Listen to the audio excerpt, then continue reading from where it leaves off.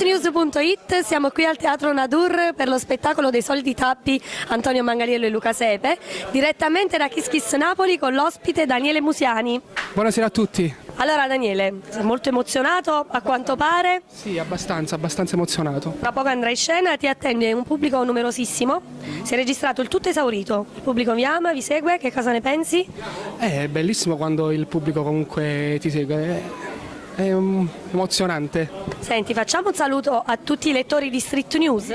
Sì, un saluto a Street News, un bacio. Grazie, ciao.